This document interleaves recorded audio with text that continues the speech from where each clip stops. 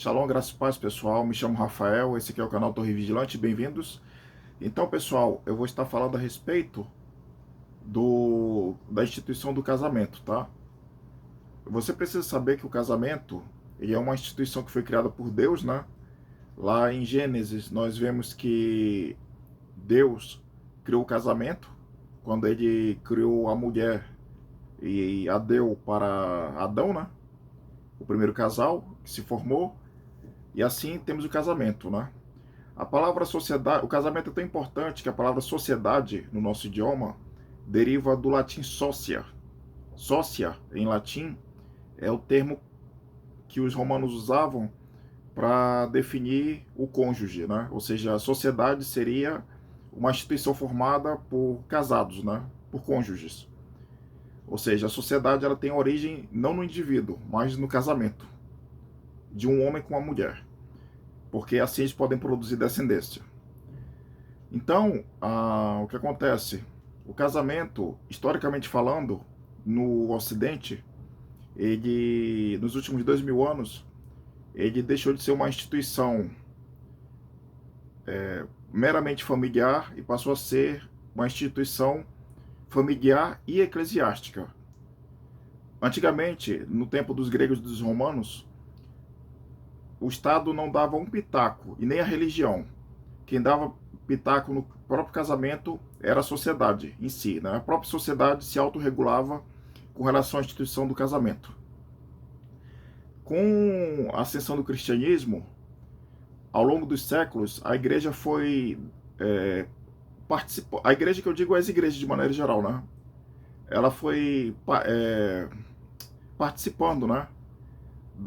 Dessa questão de regulação social, né? Do casamento. E o casamento, que era uma instituição no Ocidente, era uma instituição pagã, de uma sociedade pagã, passou a ser uma instituição para uma sociedade cristã. Basicamente isso. Porém, nem tudo são flores, né? Em 1789 ocorreu a Revolução Francesa e alguns anos mais tarde, Napoleão Bonaparte deu um golpe de Estado. Ele era um revolucionário francês, deu um golpe de Estado na própria Revolução e fundou o Império Napoleônico. Então, uma das coisas que ele fez foi criar o Código Civil. O que é um Código Civil? O Código Civil, a grosso modo, de um jeito bem objetivo, bem direto, é um código, é uma série de leis em que o Estado ele usurpa a função da família e usurpa a função da igreja. No Brasil, o Código Civil é apelidado de o direito dos ricos, né? E quem dita esse direito é o Estado, né? São os legisladores que criaram esse Código Civil. Lembrando que alguns juristas afirmam que Só um instante, pessoal. Bom, continuando.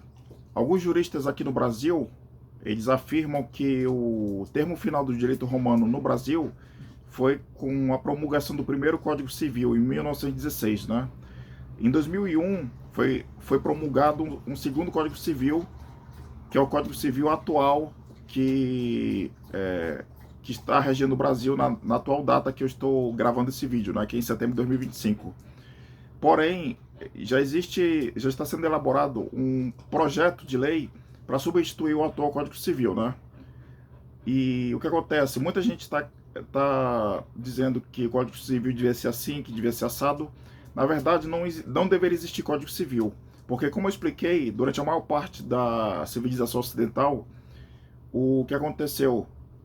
A própria sociedade e a igreja é quem regulavam como é que devia ser o casamento, como é que devia ser a herança, esse tipo de coisa, né? E o que acontece? Pessoal, não liguem não, tá? É a minha cachorrinha que tá aqui. Ela acabou de passear, né? Voltou aqui, pediu para entrar e tá aqui, né? Enfim, esse barulho que vocês estão ouvindo é minha cachorrinha. Então, o que acontece? A própria sociedade sempre regulou essas questões. Nós não precisamos de um Código Civil para essa regulação.